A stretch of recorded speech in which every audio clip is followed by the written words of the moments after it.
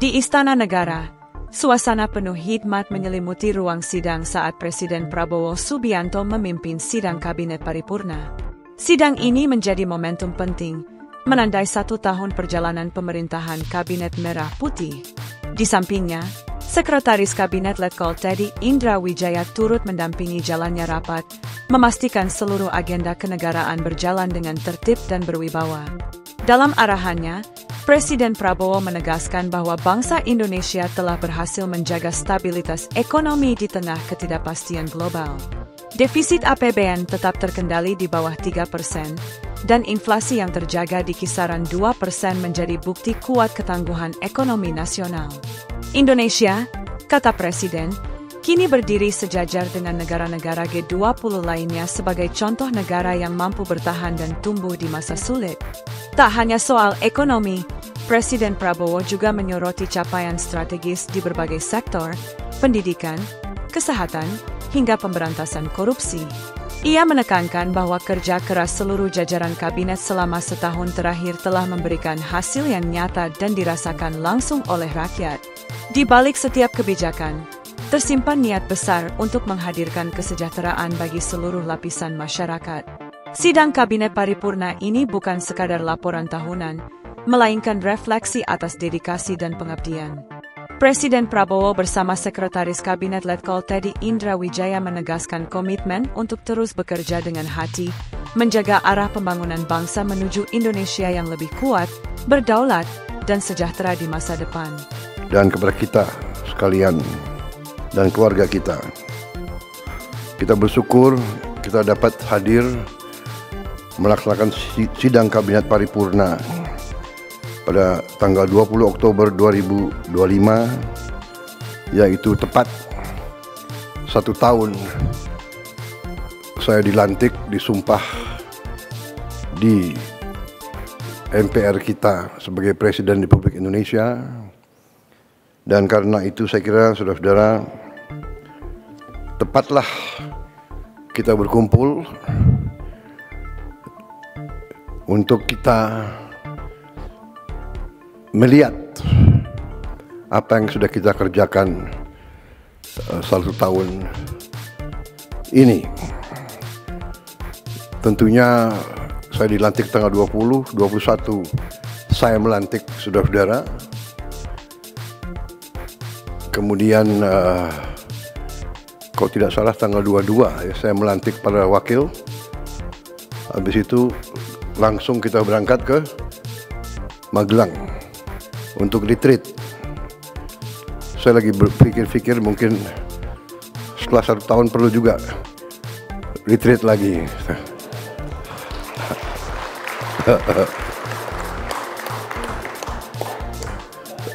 Rupanya saudara-saudara sudah nostalgia ingin tinggal di tenda. Saudara-saudara,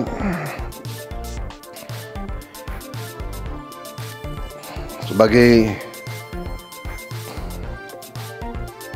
warga negara yang bertanggung jawab, saya ingin pertama tentunya mengucapkan terima kasih kepada saudara-saudara semua yang telah dengan tekun, dengan kerja keras, dengan disiplin telah memberi dharma baktimu yang sebaik-baiknya kepada bangsa dan rakyat kita di pemerintahan yang saya pimpin. Saya berterima kasih saudara-saudara yang berasal dari berbagai sumber yang berbeda-beda, daerah yang berbeda-beda, suku dan agama berbeda-beda, dari partai politik yang berbeda-beda. Ada yang partai politik yang berjuang dalam koalisi kita di pemilu Pilpres, ada juga yang tidak, tapi kemudian sadar dan bergabung.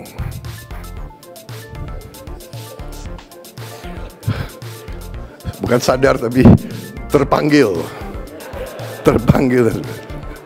Enggak, ini saya nih, ya kan, jadi nggak apa-apa kan saya sedikit tidak terlalu serius ya. Serius tapi santai. Sersan.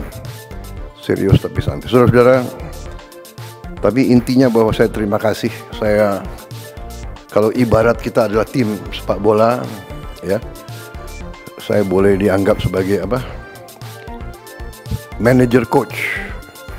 Saudara adalah pemain-pemain.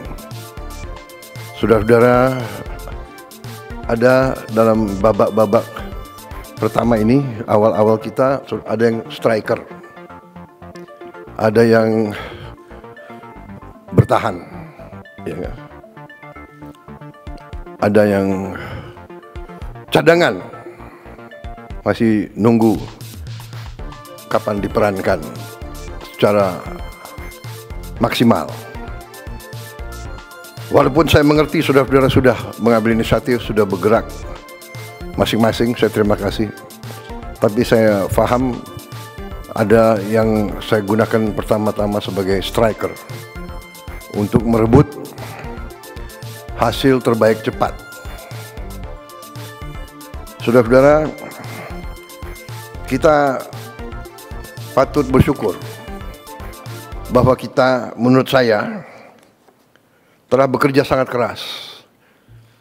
Untuk itu saya juga mohon maaf, terutama kepada keluargamu, karena saya sering menyita hari istirahatmu. Sepertinya di kabinet kita tidak ada tanggal merah. Dan saudara-saudara sigap. Setiap waktu saya panggil, saudara hadir. Sabtu, Minggu, malam-malam. Dan kadang-kadang saya telepon malam-malam sekali atau pagi-pagi sekali, saudara langsung jawab.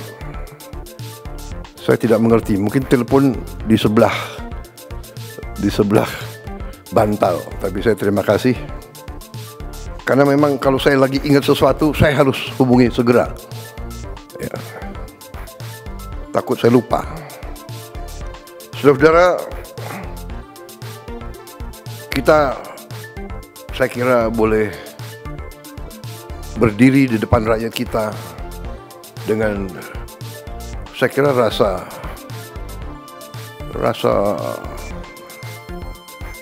penuh kehormatan dan kepercayaan diri. Kita telah bekerja keras, tapi kita telah menghasilkan hal-hal yang dirasakan oleh rakyat. Pertama, kita telah mencapai hal-hal yang sangat positif di bidang ekonomi.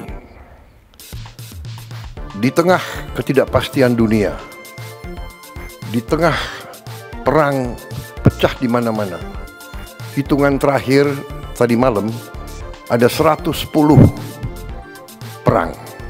Saat ini 110 konflik bersenjata di seluruh dunia. Di tengah kondisi seperti ini, di mana keadaan geopolitik begitu tidak menentu, geoekonomi pun tidak menentu, di mana mata rantai komoditas strategis pasti terpengaruh oleh keadaan geopolitik dunia yang tidak menentu. Energi, pangan sangat rawan terhadap ketidakpastian geopolitik dan geoekonomi ini. Alhamdulillah, kita mampu menjaga pertumbuhan ekonomi masih tetap tinggi dibandingkan seluruh dunia. Kita berada di 5%.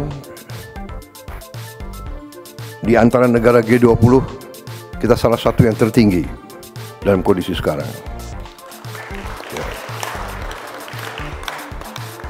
Kita mampu menjaga inflasi di sekitar 2%. Salah satu terendah di G20. Ini juga berkat hasil kerja keras kita semua. Kita punya teknik-teknik memantau dan mengendalikan inflasi, saya kira yang kurang diajarkan di fakultas-fakultas ekonomi dunia. Dan ini saya harus katakan salah satu teknik mengendalikan inflasi yang dirintis oleh pendahulu saya, Presiden Joko Widodo. Harus kita akui, mungkin pengalaman beliau sebagai wali kota, sehingga beliau dengan teliti bisa menemukan bagaimana memantau dan mengendalikan inflasi. Ini jangan dianggap remeh. Banyak negara yang hebat pertumbuhannya, inflasinya sangat luar biasa. Industrinya bagus, inflasinya sangat tinggi. Argentina saya kira yang begitu optimis 1-2 tahun yang lalu, kondisinya saat sekarang juga tidak bagus. Dan banyak negara yang inflasi masih sulit untuk dikendalikan. Defisit APBN kita jaga di bawah batas 3% dari PDB. Juga salah satu terendah di antara G20. Mungkin terendah di dunia. Indeks harga saham gabungan telah tembus 8.000. Tertinggi sepanjang sejarah Republik kita. Ini juga di luar dugaan. Ini juga saya kira akibat kerja keras para menteri-menteri di bidang ekonomi. Selalu kita ditakut-takuti bahwa indeks harga saham gabungan itu mencerminkan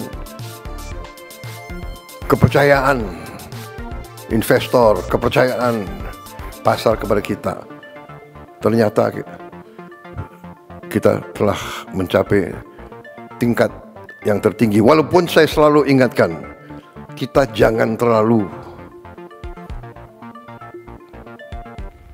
takut dengan harga-harga saham. Yang penting fundamental ekonomi kita harus kuat. Dan fundamental ekonomi setiap bangsa yang paling asasi adalah pangan dan energi dan air.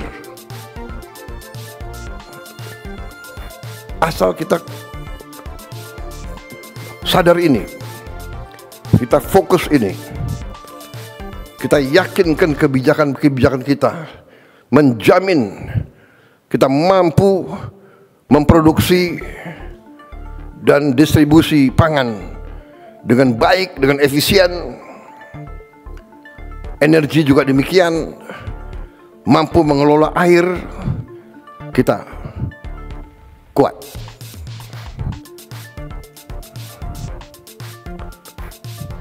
Mata uang, harga saham bisa fluktuasi,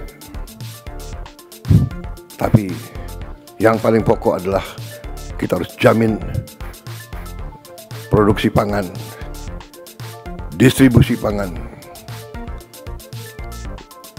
dan energi, serta pengelolaan air yang baik. Yang ketiga ini kadang-kadang kita, karena kita diberi karunia Tuhan air yang berlimpah-limpah di sebagian besar Republik kita, tapi ada sebagian yang mengalami kesulitan, tapi kita masih kurang pandai dalam mengelola. Kadang-kadang air ini malah menjadi bencana, banjir dan sebagainya. Tapi kita bersyukur di banyak bagian dari dunia ketersediaan air sangat sulit. Tidak mungkin pangan kita aman kalau tidak ada air yang cukup. Jadi ini saya kira catatan pekerjaan rumah kita ke depan. Kita harus dalami masalah air ini. Ya, saya juga minta Menteri Dikti dan Sains coba dipelajari prodi-prodi di universitas-universitas kita, apakah cukup ya mempelajari masalah air ini, bagaimana mencari air, bagaimana mengelola distribusi air, bagaimana mencegah banjir.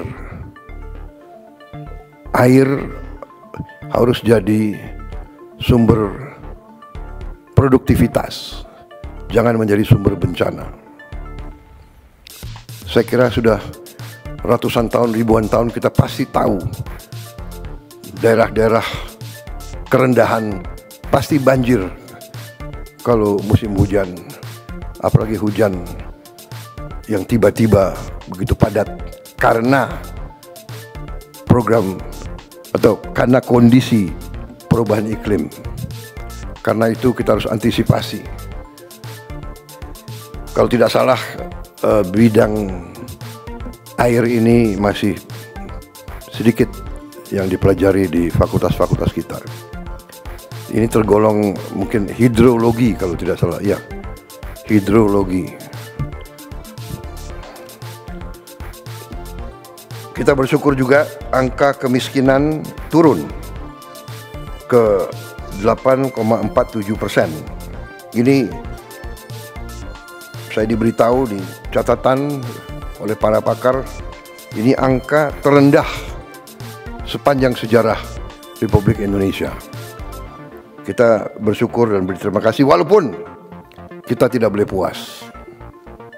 Tidak boleh puas. Tingkat pengangguran terbuka juga turun ke angka 4,76%. Ini adalah terendah sejak krisis 1998. Sekali lagi, kita tidak boleh puas karena 4,76% dari 287 juta orang itu angka yang cukup besar. Dan bagi mereka yang perlu pekerjaan segera, ini sesuatu yang harus kita pikirkan dengan seksama. Kita paham bahwa tingkat pengangguran ini sangat meresahkan bagi mereka yang sangat butuh pekerjaan. Kita paham, karena itu kita bekerja keras. Tetapi ini masalah dunia, apalagi dengan perkembangan teknologi yang demikian pesat, terjadi disrupsi dalam produksi dan industri. Ini harus kita perhitungkan. Munculnya artificial intelligence, kecerdasan buatan, ini membuat sekarang faktor research, faktor penelitian lebih cepat sekali, luar biasa. Dan mungkin tidak membutuhkan terlalu banyak pekerja di bidang itu. Juga munculnya robotics, ini juga harus kita catat. Di Jerman, di pabrik Volkswagen yang biasa menggunakan 5.000-6.000 pekerja, sekarang hanya dengan 30 orang. Sisanya robot. Ini harus kita catat. Juga terima kasih para menteri, para Menko. Untuk pertama kali dalam sejarah kita sekarang, Republik kita sekarang, pemerintah kita sekarang punya satu sistem data tunggal sosial ekonomi nasional, DTSEN, untuk pertama kali. Sekarang tidak ada kementerian, tidak ada lembaga yang boleh pakai datanya sendiri-sendiri. Satu data.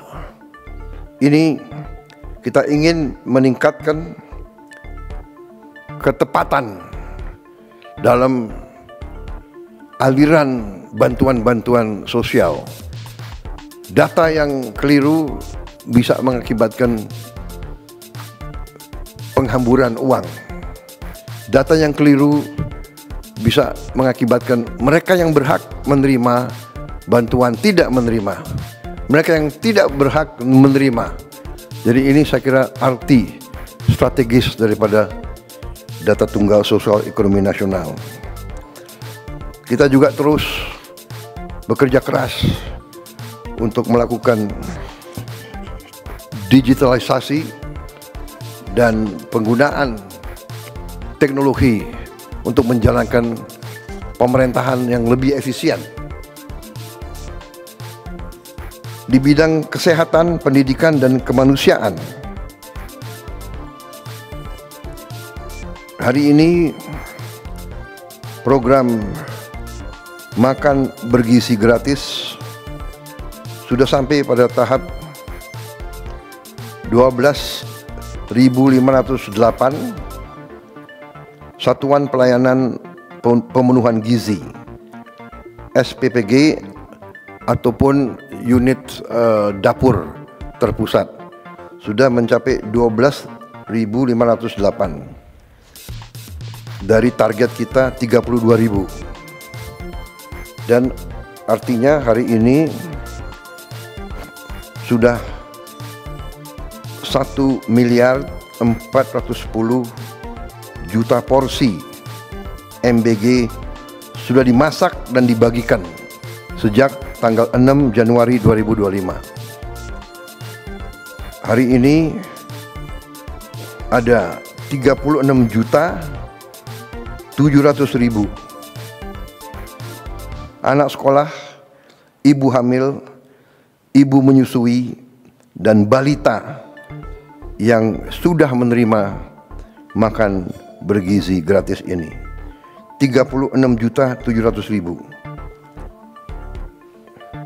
Ini mungkin tiap hari berarti kita beri makan 6 Singapura mungkin.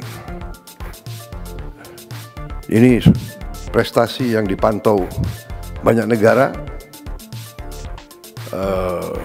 Yang saya tahu, Presiden Brazil memberitahu kepada saya mereka butuh 11 tahun untuk mencapai 40 juta. Kita alhamdulillah dalam 1 tahun kita mencapai 36 juta. Memang Kepala BGN bekerja keras supaya pada hari ini mencapai 40 juta. Tapi saya menyampaikan jangan dipaksakan. Ojo ngoyo. Yang penting baik pelaksananya. 36.700.000 ini bukan tanpa kekurangan. Ya. Ada beberapa ribu yang keracunan makan, sakit perut.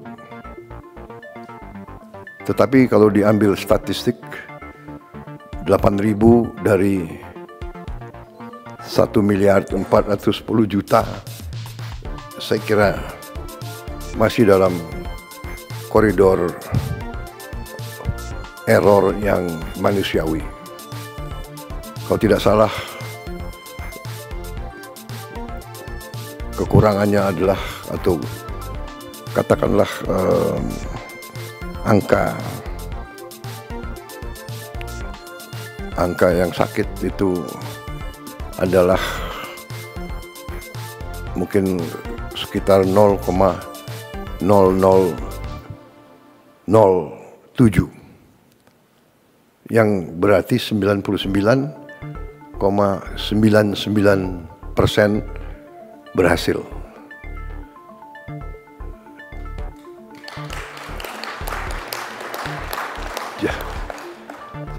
Jadi saya kira dalam sepanjang usaha manusia, hampir tidak ada usaha manusia yang dilaksanakan selama 1 tahun dengan volume yang demikian besar, yang zero error, zero defect, sangat sulit.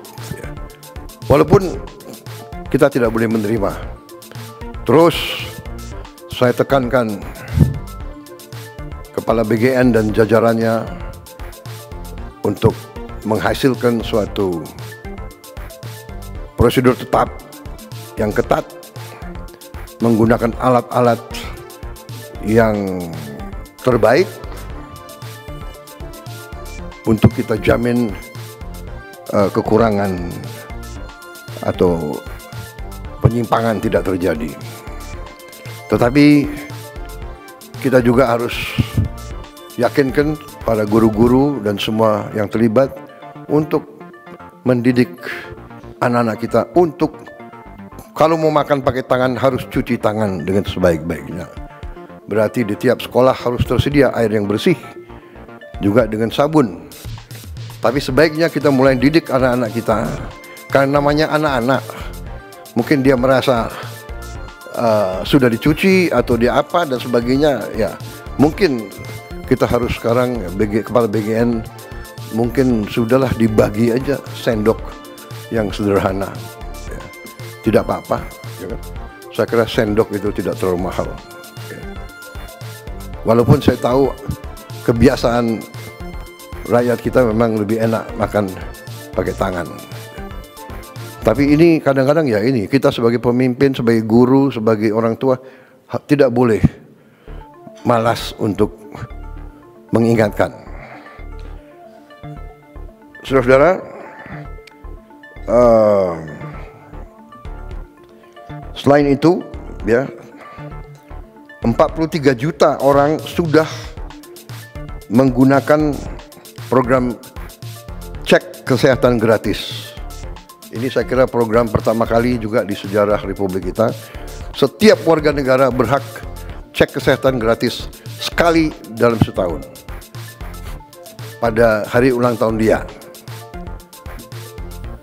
Dan ini mampu kita untuk bisa mencegah di saat dini, supaya nanti biaya pengobatan lebih kurang kalau kita tahu dari dini kekurangan penyakit rakyat kita. Walaupun ini juga membuat suatu PR yang sangat besar bagi kita, karena ternyata hasil cek kesehatan gratis ini sebagian besar rakyat kita punya masalah di gigi, di penyakit gigi, sebagian besar. Artinya bahwa sekarang ya kita harus menghasilkan dokter gigi yang cukup banyak. Padahal kita tahu dokter umum saja kita kekurangan. Kekurangan kita sangat besar. Kalau tidak salah kekurangan kita di atas 140.000 dokter. Kita kekurangan di atas 140.000 dokter. Kita juga kekurangan spesialis, juga ribuan spesialis yang kita kurang. Ini PR, dan ini tidak hanya kita. Hampir semua negara yang saya kunjungi, saya minta pendapat pemerintah hampir semuanya menganggap bahwa mereka kurang dokter. Dan tentunya negara yang kaya, dia bisa ambil dokter dari negara-negara yang kurang kaya.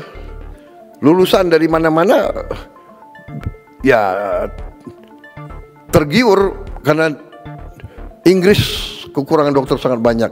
Dia ambil dokter dari mana-mana. Jerman, Eropa Barat, Amerika.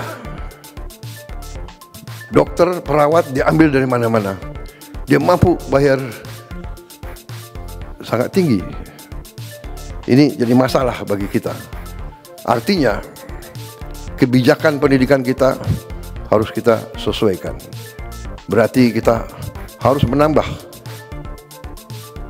fakultas kedokteran, dan fakultas kedokteran yang ada pun harus ditambah jumlah mahasiswanya. Dan ini kalau perlu kita tambah beasiswa. Mungkin LPDP prioritasnya antara lain yang paling atas adalah untuk kedokteran.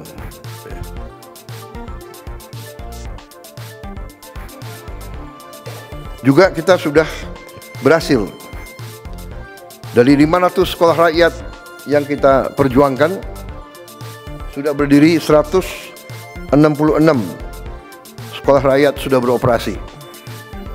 Ini luar biasa. Saya terima kasih kepada menteri-menteri yang terkait. Saya berharap 100 itu di pertengahan tahun 2026 ternyata saudara-saudara berhasil beroperasi justru di tahun 2025. Sekarang 15.945 siswa dan siswi dari keluarga yang paling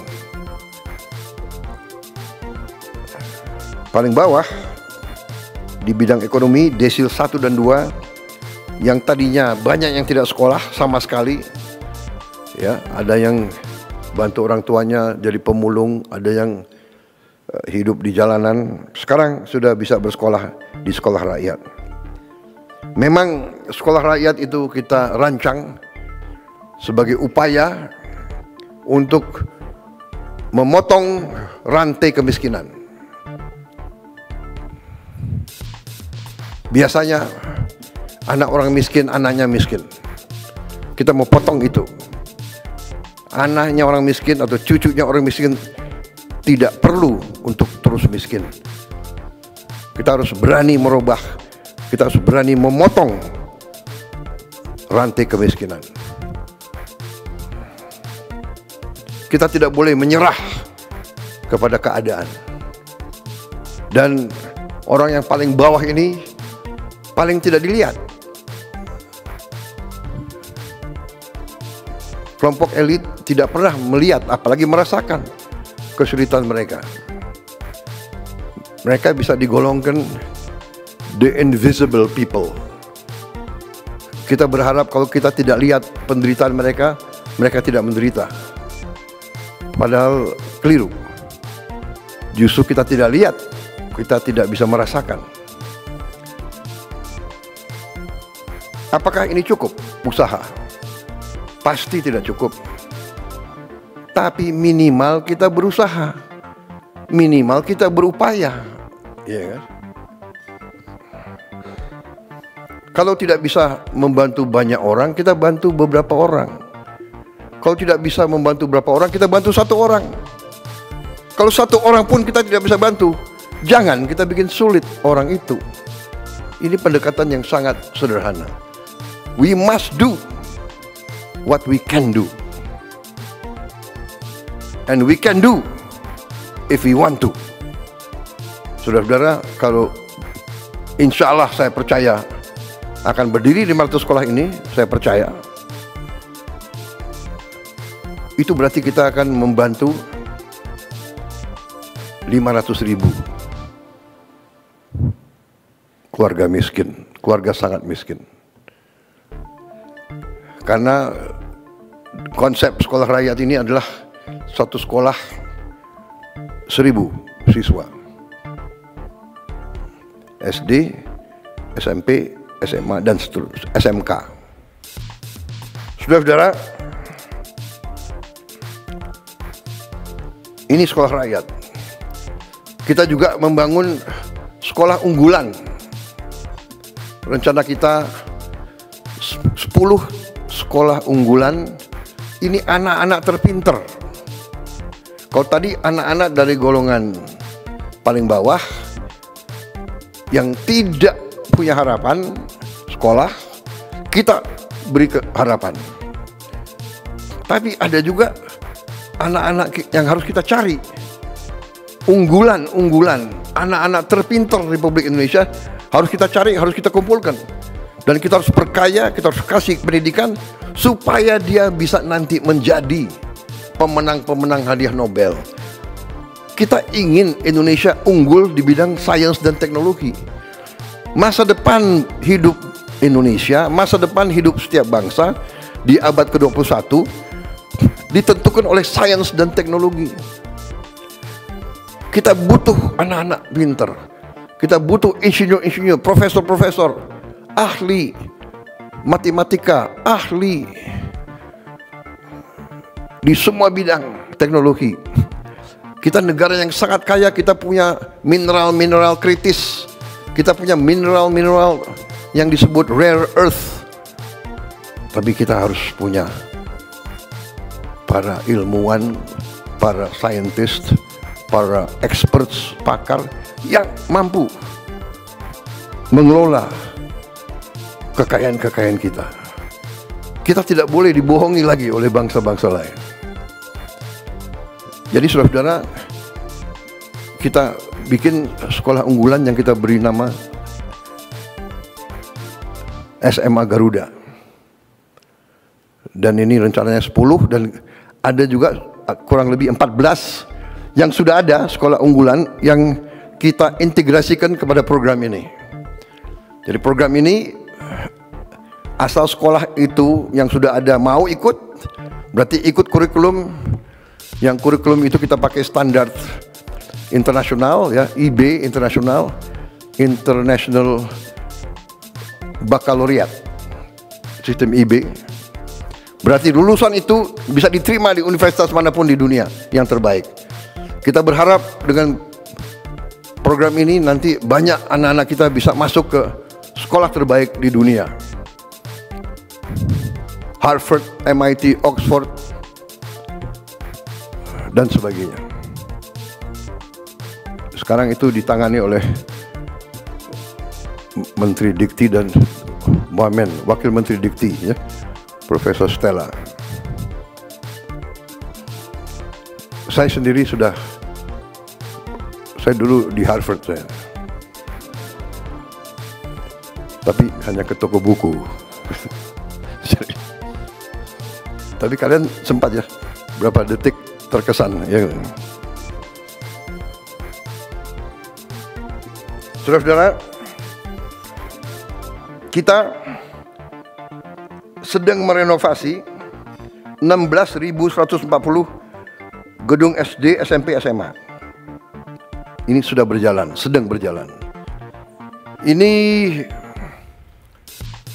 masih tidak puas sama sekali kita, karena kita punya 300.000 lebih SD, SMP, SMA, SMK, dan sekolah-sekolah lain sederajat yang ada di pesantren-pesantren. Kalau tidak salah 330.000. Ya, Mendikdasmen ya, 330. Saudara-saudara, kita mengerti bahwa kita harus mengejar negara-negara lain. Karena itu segala upaya kita akan lakukan untuk mengejar ini. Tadi SMA Garuda 10, kita berharap 10 tiap tahun. Dan ini kriterianya sangat tinggi, tapi tidak ada masalah, saudara-saudara, kita negara besar.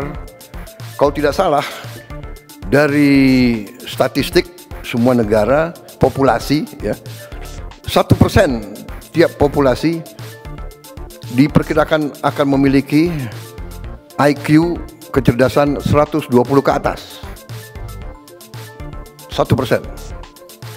Kalau 1% dari 287 juta, itu saya kira cukup besar. Karena masuk angkatan kerja tiap tahun sekitar 5 juta, 4,8, 4,9 juta. Setengahnya katakanlah, ya, saya kira kalau 1% berarti 2,8 juta. Kita harus menjaring mereka ini. Dan jangan anggap bahwa mereka itu anak-anak orang menengah ke atas. Banyak anak orang bawah, orang miskin ternyata punya kecerdasan yang tinggi. Kita harus cari mereka. Jadi saya minta Dikdasmen, Menteri Dikdasmen dibantu oleh menteri lain, ya. Menteri Dikti Sains dan Teknologi dibantu oleh Menteri Sosial, dibantu oleh Panglima TNI, dibantu oleh Kapolri yang punya jaringan ke desa-desa, mungkin dibantu oleh ormas-ormas, dibantu yang punya yayasan-yayasan. Cari mereka ini dan kita didik mereka dengan beasiswa penuh. LPDP akan saya tambahkan uang-uang dari sisa efisiensi penghematan, uang-uang yang kita dapat dari koruptor-koruptor itu, sebagian besar kita investasi di LPDP. Mungkin yang 13 triliun,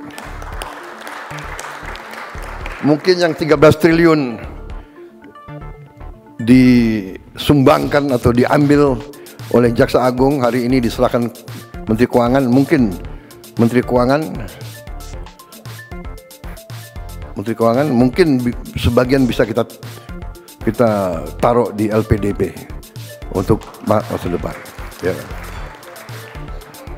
Saudara-saudara, salah satu program yang upaya kita untuk memperkuat pendidikan kita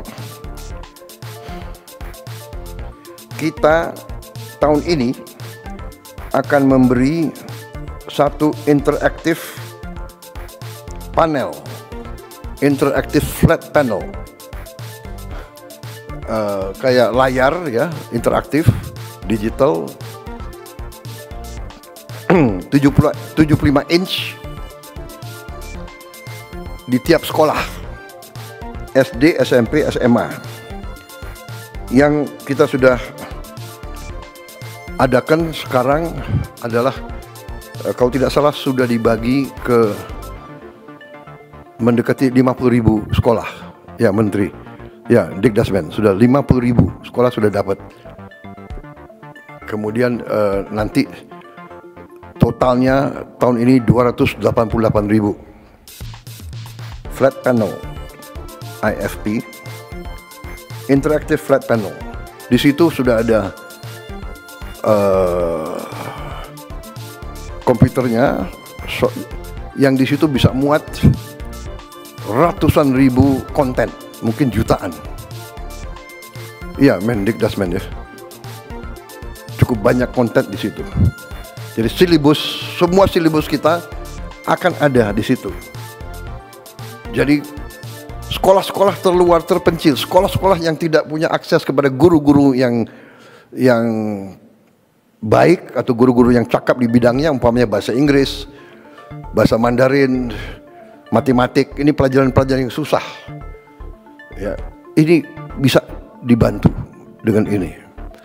Dan ini kalau dia selesai dan dia mau kembali, dia bisa kembali anytime. Kalau tidak puas, mungkin si gurunya bisa kumpul siapa yang kurang mengerti, nanti sore kembali kita tambah pelajaran. Guru-guru itu bisa dibantu. Dan juga di tempat terpusat di Jakarta, ya, nanti saya mau cek Dikdasmen kemajuannya di mana. Kita akan bikin studio. Di studio ini guru-guru terbaik akan mengajar, dan pelajaran dia bisa diterima di seluruh pelosok Indonesia. Jadi semua sekolah akan dapat akses kepada guru yang paling baik di bidang-bidang yang sulit. Yang sangat sulit selalu adalah apalagi di gunung-gunung, pulau terpencil. Jangankan itu, saya yakin di pinggir Jakarta ini juga masih banyak sekolah yang tidak punya guru-guru yang menguasai pelajaran-pelajaran yang susah. Sekarang dari tempat studio yang terpusat bisa ngajar, bisa diterima oleh 330.000 sekolah. Yang sulit dapat internet, wifi, sekarang sudah ada teknologi sangat murah, bisa kita pasang di tiap sekolah, tidak terlalu mahal. Starlink mungkin masih agak mahal untuk bayar tiap bulan, tapi sudah ada teknologi yang lebih murah. Dan saudara-saudara, tahun depan rencananya adalah kita akan tambah 3 layar. Ya, tahun ini kita mampu 1 layar, tahun depan kita akan bagi 3 layar. Berarti di setiap sekolah akan ada 4 ruangan yang punya layar ini.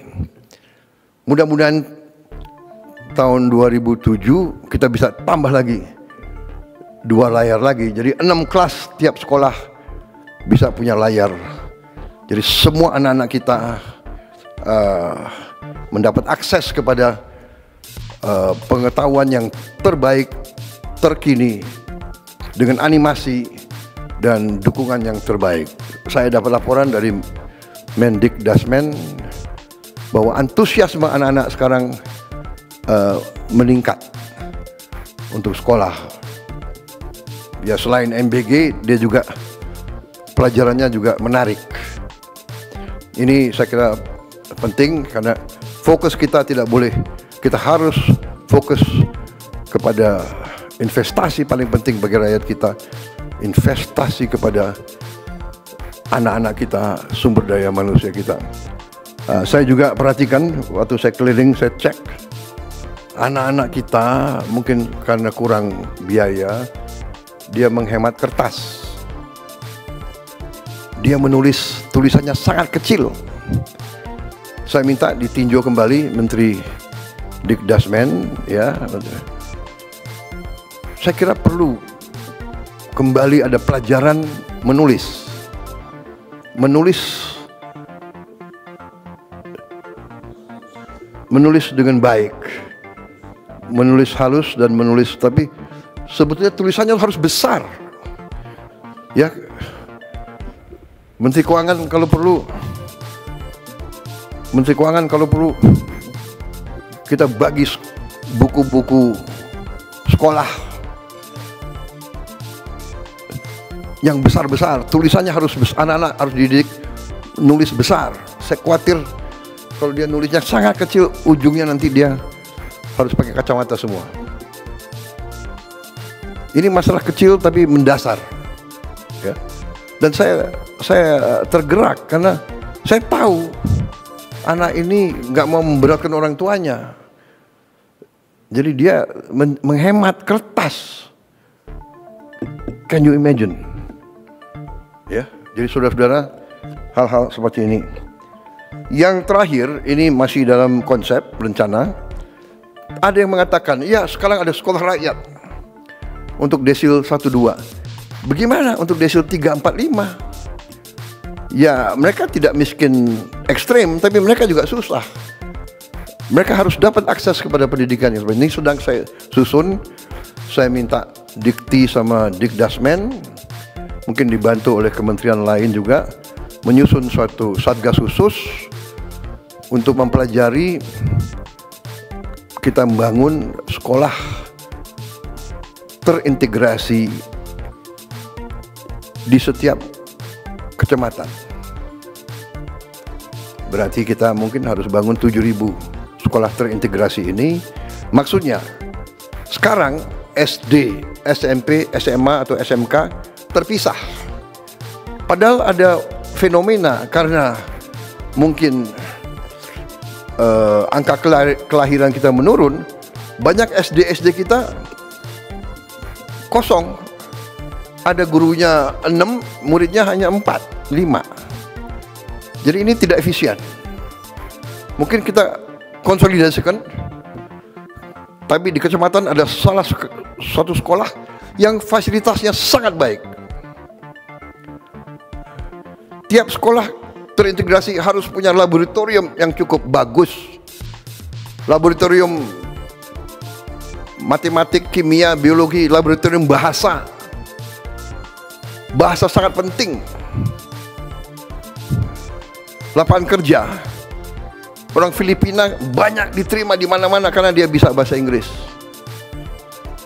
Kita diminta jutaan tenaga kita diminta. Di Eropa minta pekerja hotel, kafe, restoran. Dia minta 1 juta tiap tahun. Kepala-kepala negara, pemerintah dari Eropa nanya ke saya, can you send? Hotel-hotel dia sekarang nggak ada yang kerja. Restoran-restoran kewalahan. Rakyat mereka tidak mau kerja sebagai pelayan. Dan mereka terkesan katanya orang Indonesia ramah-ramah. Ya, berarti kita harus didik mereka bahasa. Ada yang bahasa Inggris, mungkin paling banyak di Eropa. Mungkin juga kita didik bahasa Arab, bahasa Mandarin, bahasa Jepang, bahasa Korea. Juga kita diminta perawat untuk rumah sakit dan untuk caregiver. Untuk orang tua di sana nggak ada yang mau jadi perawat dan caregiver, karena caregiver dan perawat itu pekerjaan yang berat, fisik juga berat, berdiri dari tempat tidur ke tempat tidur, urusan dengan orang sakit, berbahaya itu. Di rumah sakit pusat daripada bakteri dan virus, dia harus berani, dia harus mandiin. Bayangkan ini pekerjaan. Rakyat kita terkenal tabah dan sopan dan ramah. Mereka minta. Jadi ini harus kita siapkan ke situ. Karena tadi kita sadar lapangan kerja yang kita butuh. Jadi sekolah terintegrasi ini belum boleh saya gunakan sebagai prestasi. Ini baru embrio konsep. Ya. Tapi sekolah-sekolah ini saya kira sudah saatnya kita pikirkan. Jadi fasilitas sekolah rakyat dikurangi berasrama. Kenapa anak yang paling bawah ini kita taruh di asrama? Supaya keluar dari lingkungan kemiskinan. Jadi dia punya kepercayaan diri. Ya paling banyak yang ingin ketemu orang tuanya, nggak apa-apa, orang tua datang, dia juga pulang tiap akhir pekan, tapi dia keluar sementara 5-6 hari dari lingkungan kemiskinan. Tapi yang sekolah ini, dia pulang pergi, dia tidak berasrama. Artinya apa? Kita harus berani sekarang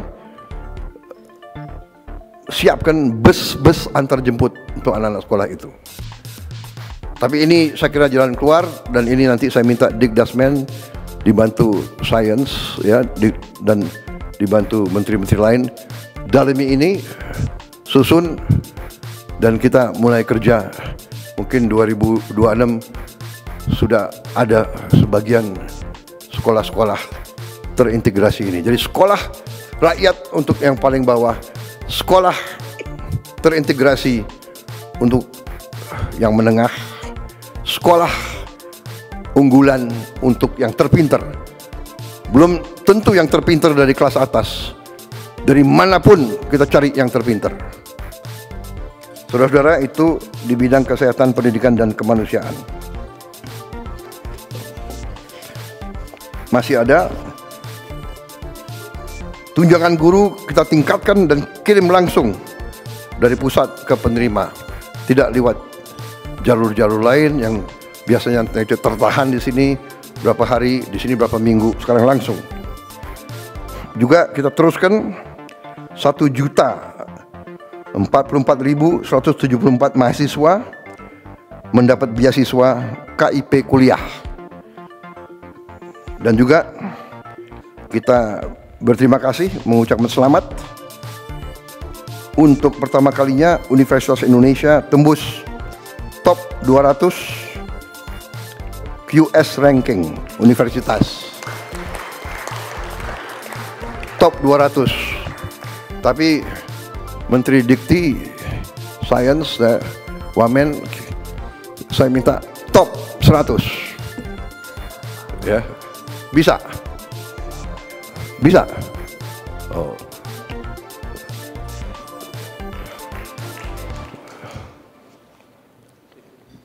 Pasti nanti akan disusul oleh ITB, UGM, ITS, dan sebagainya.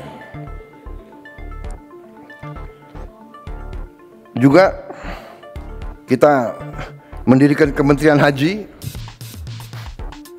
atas permintaan pemerintah Arab Saudi, karena dia bilang kami urusan haji adalah Menteri Haji, jadi kami harus minta urusannya sama pejabat. Oh, ini kepala badan, enggak, dia maunya menteri. Apa boleh buat, kita menyesuaikan. Dan alhamdulillah kita sudah bisa turunkan biaya haji. Dan saya minta terus Menteri Haji, dia tidak hadir karena dia berada sekarang di Arab Saudi berurusan sama mereka. Saya minta biaya haji harus terus turun, ya, bisa dengan efisiensi, bisa dengan efisiensi dan pelaksanaan yang bersih.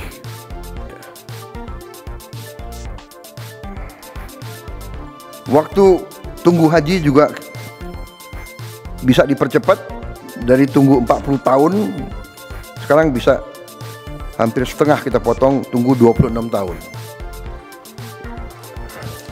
Tapi itu masih lama juga. Kita berusaha untuk memotong lebih. Tapi alhamdulillah pemerintah Arab Saudi untuk pertama kali dalam sejarah setuju pembangunan kampung Indonesia di kota Mekah. Jadi pemerintah Arab Saudi akhirnya saya datangi beberapa kali, saya lobby terus, mungkin beliau kasihan sama kita. Untuk pertama kali dalam sejarah diizinkan negara asing memiliki lahan, memiliki tanah di kota suci. Dirubah undang-undangnya khusus untuk kita. Kita negara pertama. Ya sesudah kita terserah yang lain menyusul ya. Tapi ini luar biasa ya. Kita ditawarin kalau tidak salah ada berapa puluh lahan. Mudah-mudahan kita dapat lahan. Kalau tidak salah ada berapa lahan yang tidak terlalu jauh dari Masjidil Haram, ada yang nyambung langsung. Ya, mudah-mudahan Menteri Agama sudah rintis dan sudah lihat terus. Nanti saya serahkan saja, dan Kepala Danantara yang juga merintis, beliau bolak-balik ke situ sampai kepalanya botak. Tapi alhamdulillah prestasi, mudah-mudahan tidak berapa lama lagi kita akan punya kampung haji sendiri, saudara-saudara.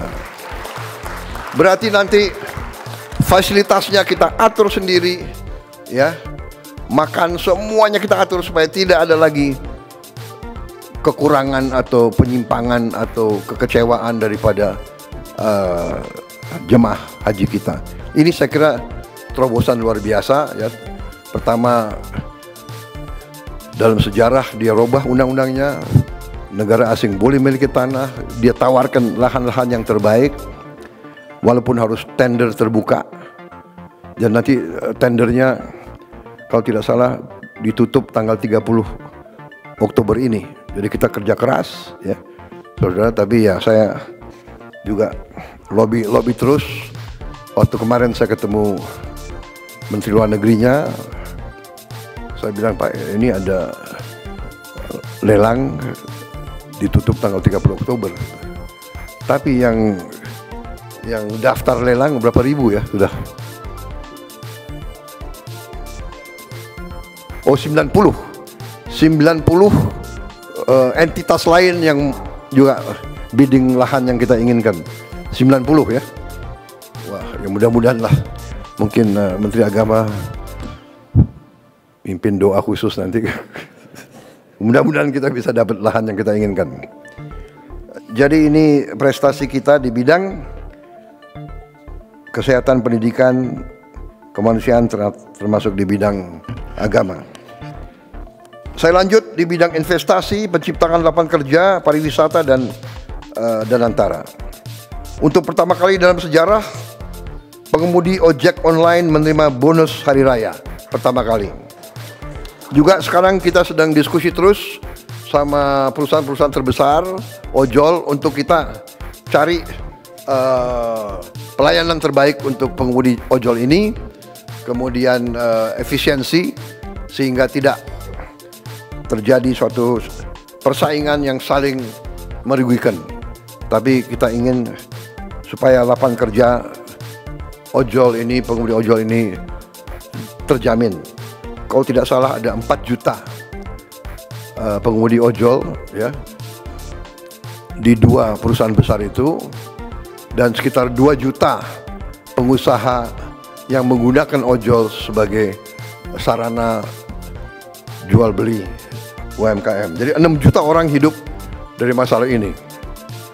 Kemudian upah minimum provinsi kita sudah naikkan 6,5% sampai 6,5%, tertinggi dari beberapa tahun yang sebelumnya.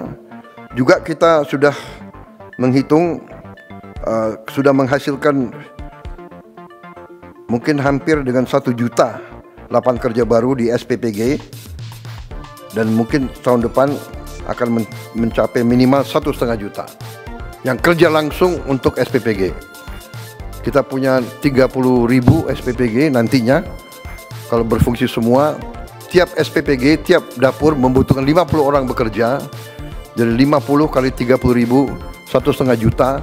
Tiap dapur sekarang rata-rata menerima supplier yang jual telur, yang jual sayur, yang jual macam-macam, itu rata-rata 15 per dapur.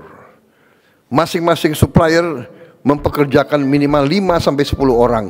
Jadi kita bisa bandingkan multiplier effect daripada ini. Saya kedatangan rombongan dari Rockefeller Institute.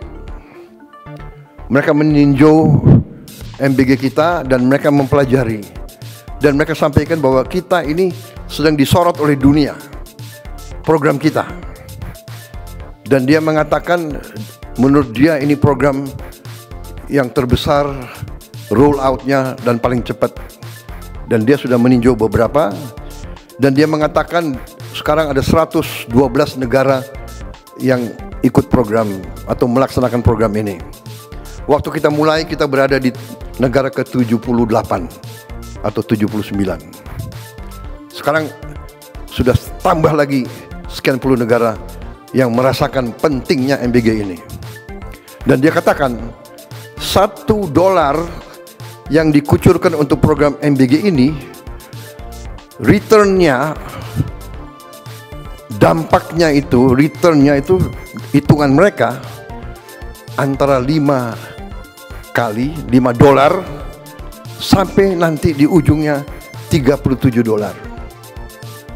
Anda bisa bayangkan 5 kali menurut dia minimal dampak ekonominya. Jadi kalau kita tahun depan akan turunkan 330 triliun untuk MBG ini, yang artinya itu $20 miliar.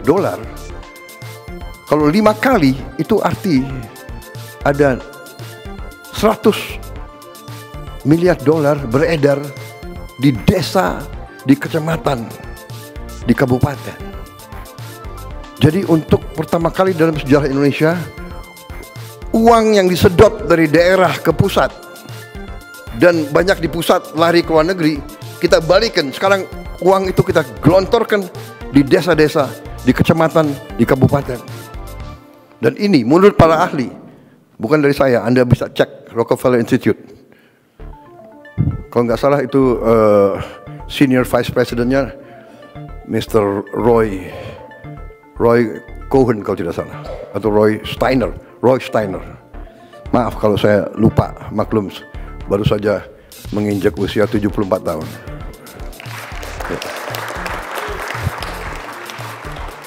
Terima kasih ucapan selamat saudara-saudara. Jadi saudara-saudara, juga pelaksanaan MBG kita menggunakan mitra 18.895 UMKM koperasi BUMDes yang jadi bagian dari ekosistem MBG. Juga sesuatu yang mengembirakan, realisasi investasi kita Januari sampai September 2025 adalah 1,434 triliun rupiah, naik 13,7% dari periode yang sama di tahun 2024 dan menghasilkan lapangan kerja 346 lapangan kerja baru. Jadi target investasi tercapai bulan September yang lalu. Ini saya kira suatu prestasi, juga menunjukkan bahwa iklim investasi kita masih diminati oleh banyak negara. Saudara-saudara, kita juga menggelontorkan program magang. 100.000 lulusan S1 akan magang dengan upah yang ditanggung oleh pemerintah, dengan penghasilan dengan kriteria upah UMR yang ditanggung pemerintah. Juga di bidang pariwisata, untuk pertama kali dalam sejarah kita berhasil mendatangkan suatu guide atau suatu penilaian dari Michelin. Michelin ini sangat terkenal, dan ternyata 33 hotel dan resort kita sudah mendapat bintang Michelin 1 bintang minimal. Ini sangat penting di bidang pariwisata. Berarti kelas kita adalah kelas teratas di dunia dengan penghargaan dari Michelin itu. Jumlah wisatawan kita 1 tahun terakhir naik 12% menjadi 14,8 juta kunjungan. Saya kira ini perlu juga kita bangga. Kemudian kita tahun ini, saya kira salah satu prestasi kita membentuk Sovereign Wealth Fund, dana investasi yang kita beri nama Danantara Indonesia, ya. Danantara singkatan dari Daya Anagata Nusantara. Daya, energi, kekuatan, Anagata masa depan, berarti Danantara artinya kekuatan masa depan Nusantara. Yang kita fokuskan di situ, sudah kita kumpulkan semua aset milik negara yang nilainya adalah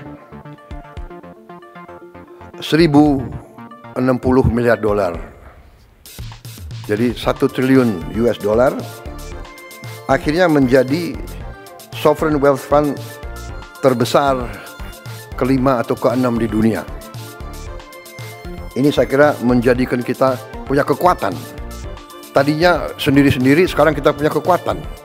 Contoh sekarang, dan antara proyek dia antara yang pertama adalah akan segera mulai membangun 34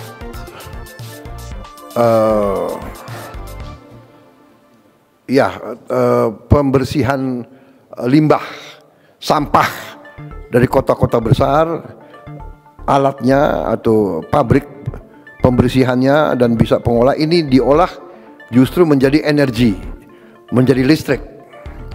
Kita akan segera mulai 34.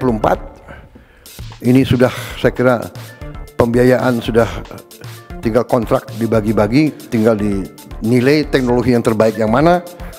Karena ini sangat penting.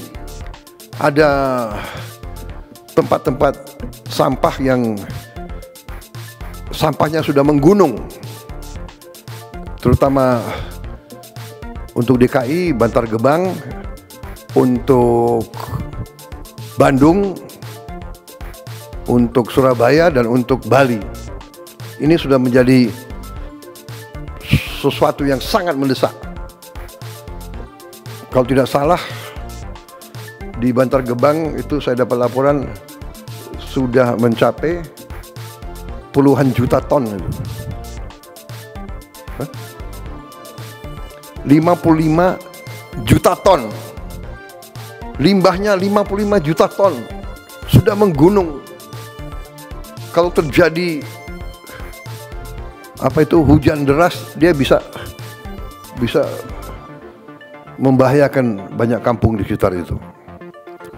Ini segera akan kita lakukan, insya Allah dalam 2 tahun kita selesaikan 34 kota. Ini sangat strategis karena ini menyangkut kebersihan, kesehatan. Ya bagaimana? Kita berharap pariwisata naik. Kalau Bali tidak bisa bersihkan sampahnya, bisa kita bayangkan mau nggak turis datang ke tempat yang kotor, yang jorok. Jadi ini strategis. Terima kasih Danantara. Segera dilaksanakan. Kemudian hilirisasi. Kita sekarang akan segera mulai membangun pabrik baterai terbesar di Indonesia. Nilainya 100 triliun. Ini kerjasama antara salah satu perusahaan baterai terbesar di dunia, CATL dan Antam.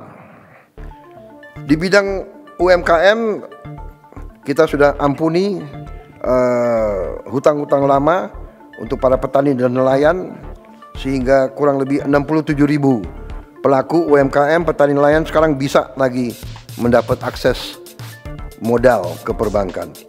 Kita juga sudah bentuk 81.613 koperasi desa dan kelurahan di seluruh Indonesia sudah terbentuk. Kurang lebih 100 sudah beroperasi, kemudian kurang lebih 1.000 sudah groundbreaking pembangunan gudang. Kita berharap awal tahun 26, sekitar Maret tahun 2026, 80 sekian ribu sudah akan beroperasi. Banyak orang tidak percaya, tapi kita selalu akan buktikan dengan bukti. Ya, pemerintah kita adalah evidence based. Dulu waktu saya lancarkan program MBG, banyak yang mentertawakan saya, menyinyir, dan sampai sekarang ada yang mengatakan bahwa MBG ini tidak berguna atau membahayakan. Tapi kita buktikan dengan evidence, dengan bukti. Dan tadi 99,99 angka keberhasilan saya kira cukup bagus itu. Dan di mana-mana anak-anak yang bicara, di mana-mana. Kita juga sekarang di bidang pangan. Ini salah satu prestasi kita yang sangat melegakan kita. Saya memberi waktu 4 tahun untuk kita kembali swasembada. Ternyata tim pangan kita berhasil, insya Allah swasembada dalam 1 tahun. Saudara-saudara, kita berada di bulan Oktober. Sekarang ini kita punya produksi nasional Januari Oktober mencapai 31.038.197 ton. Ini adalah produksi tertinggi sepanjang sejarah Republik Indonesia. Jadi ya boleh kita tegakkan kepala kita dengan penuh kehormatan, ya. Saya kasih target 4 tahun, mereka hasilkan dalam 1 tahun. Kita juga sekarang cadangan beras pemerintah di gudang Bulog mencapai 4,2 juta ton di bulan Juni 2025, juga tertinggi sepanjang sejarah NKRI.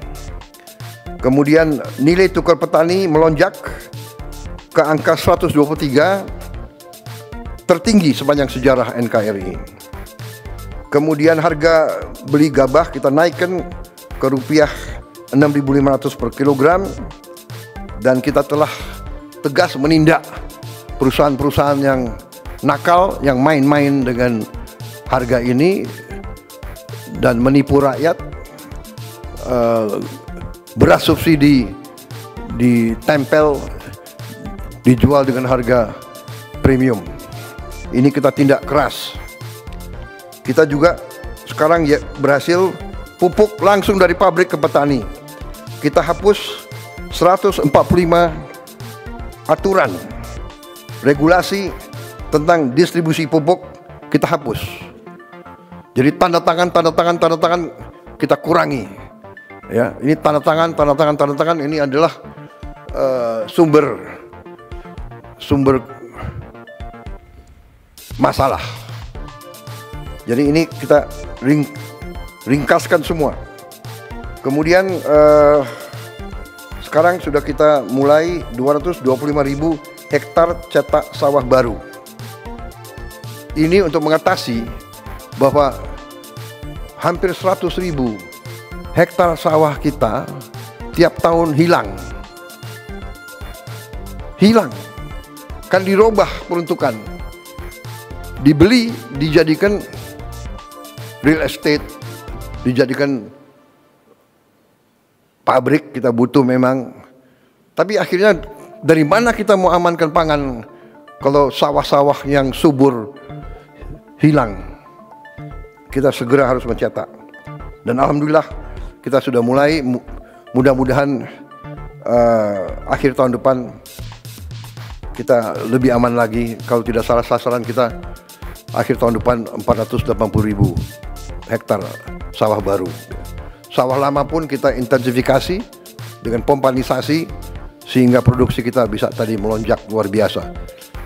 Pupuk lancar, benih lancar, air lancar dengan intervensi kita. Kemudian kita amankan semua ekosistem produksi beras.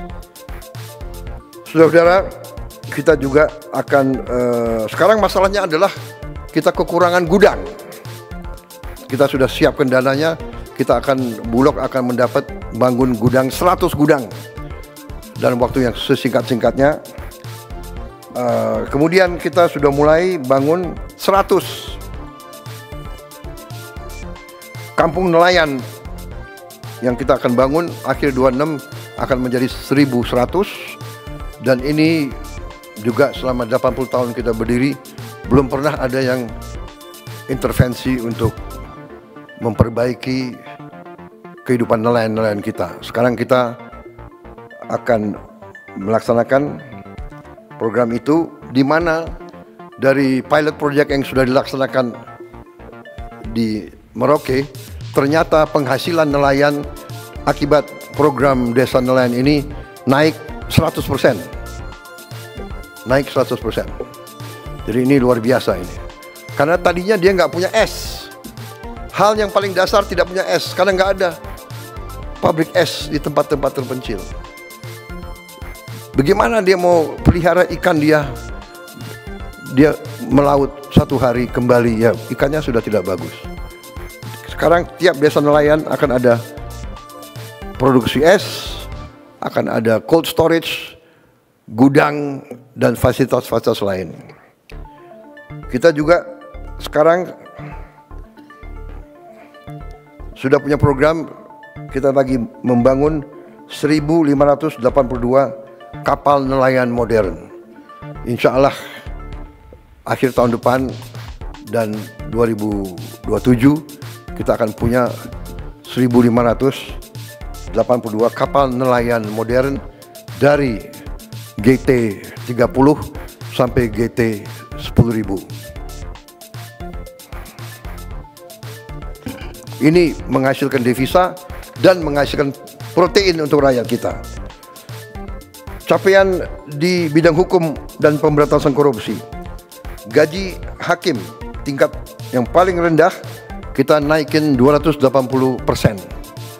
Dan ini akan kita terus pemantau. Kita minta hakim-hakim kita hidupnya baik, kualitas hidupnya baik, hidup terhormat, supaya dia tidak bisa disogok. Hakim-hakim kita tidak boleh dibeli oleh siapapun. Itu tujuan kita. Jadi saudara-saudara, bukan kita mau menganakmaskan siapapun, tapi ini sangat penting. Ya, dia tidak boleh bisa dibeli karena dia menangani kadang-kadang kasus triliunan. Tadi bukti, hari ini kita berhasil mendapat 13 triliun dari 17 triliun yang diputuskan oleh pengadilan. Jadi hakim-hakimnya itu menurut saya punya hati nurani, keberanian, dia putuskan, akhirnya kita selamatkan 17 triliun uang rakyat. Bayangkan dia nangani kasus 17 triliun, dia tidak punya rumah dinas. Saya dapat laporan bahwa sekian ribu hakim-hakim tidak punya rumah dinas. Dia harus kontrak. Banyak hakim-hakim kita harus kontrak. Ini kita perbaiki. Kemudian kita berhasil mengalihkan 306 triliun rupiah anggaran negara yang rawan korupsi, kita alihkan untuk program-program pro rakyat. 300 triliun ini yang kita pakai untuk langsung ke rakyat. Kemudian kita bertekad tidak ada kasus-kasus korupsi yang tidak bisa diselidiki. Tidak ada, no more untouchable, nggak ada yang untouchable lagi. Saya terima kasih penegak hukum yang tegar meneruskan tugas yang mulia ini. Juga penegak hukum telah berhasil menyelamatkan lebih dari 1.000 triliun kerugian negara. Ini yang kita berhasil kita tegakkan. Lebih dari 4 juta hektar kebun kelapa sawit dalam kawasan hutan yang melanggar undang-undang dan melanggar hukum, ini kita kuasai kembali oleh rakyat, oleh negara. Juga lebih dari 100 triliun kerugian dari tambang ilegal berhasil kita hentikan. Terutama kemarin dari Bangka Belitung, kita tutup, sampan pun tidak bisa keluar membawa hasil selundupan. Saya dilaporkan yang terakhir itu 1 sampan, isinya timah, berhasil ditangkap oleh Angkatan Laut kita. Ini kita hentikan, dan ini kita menyelamatkan kurang lebih 45 triliun 1 tahun. Mungkin ada nggak tahu pihak-pihak yang teriak-teriak, tapi sudahlah, pihak-pihak itu pihak-pihak yang salah, pihak-pihak yang melanggar hukum, pihak-pihak yang mencuri dari rakyat Indonesia, yang mengakibatkan kita masih banyak orang miskin karena kekayaan kita banyak dicuri.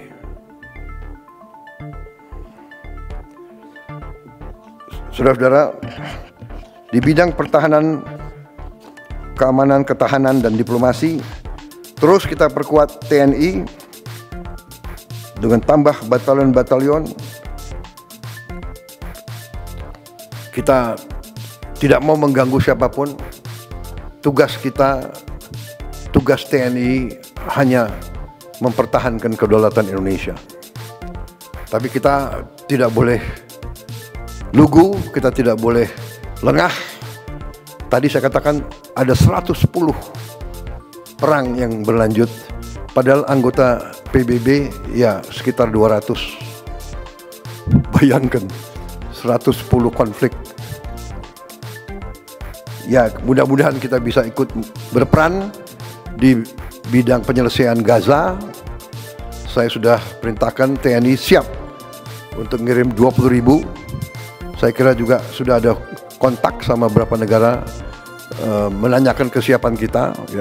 Kita siap untuk mendukung upaya perdamaian di Timur Tengah. Dan bila perlu di tempat lain.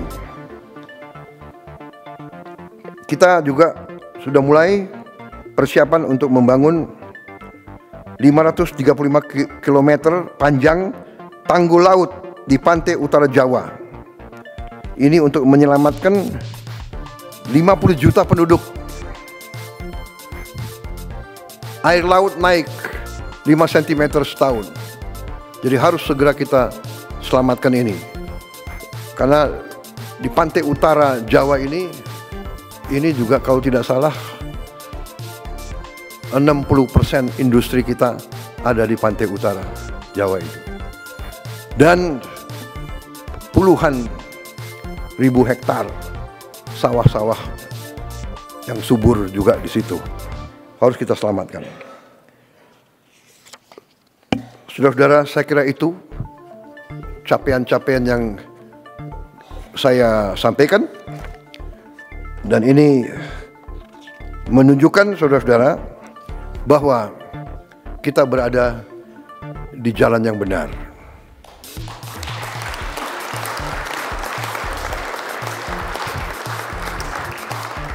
Saya percaya bahwa menjalankan pemerintahan ternyata sebenarnya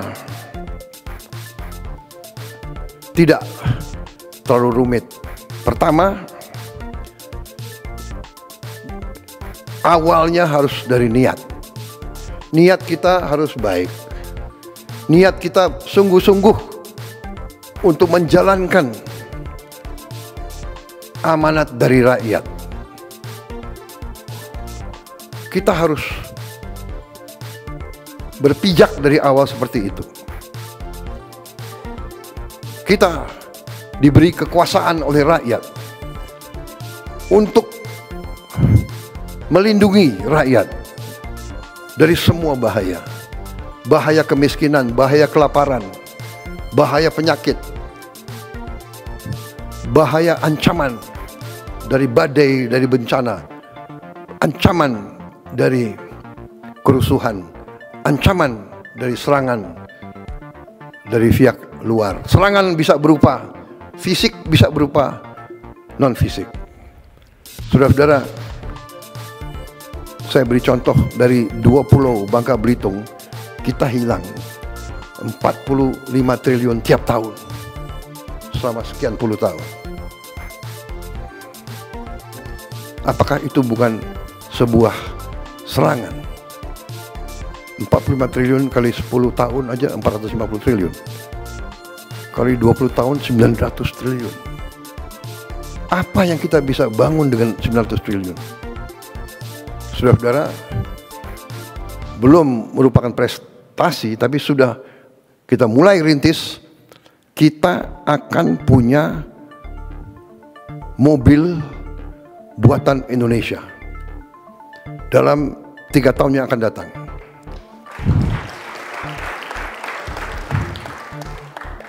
Saya sudah alokasi dana,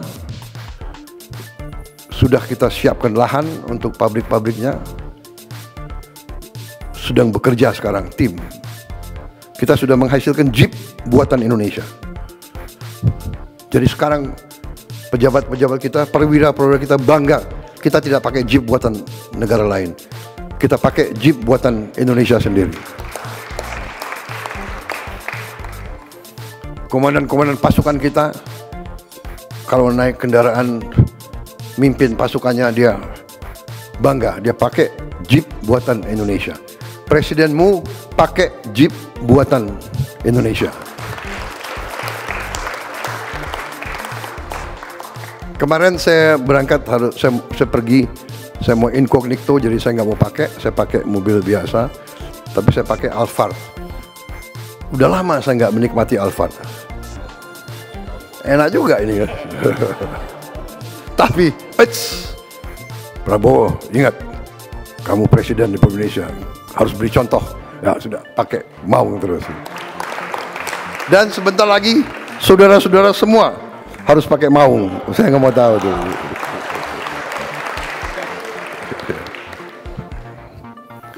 Yang mobil-mobil bagus pakai kalau libur saja. Ya pada saat saya nggak panggil kau, bolehlah kau pakai begitu. Saudara-saudara, saya kira itu yang bisa sampaikan karena masih banyak kamera. Nah, media terima kasih Anda dengan sabar. Dan sekarang Anda, saya persilakan menikmati hidangan yang disiapkan. Jadi usirnya sopan. Karena bagian ini nggak boleh kau dengar. Jadi ada hal-hal yang memang belum siap untuk diumumkan. Baik, sambil nunggu mereka keluar, saya minta izin saya minum kopi dulu.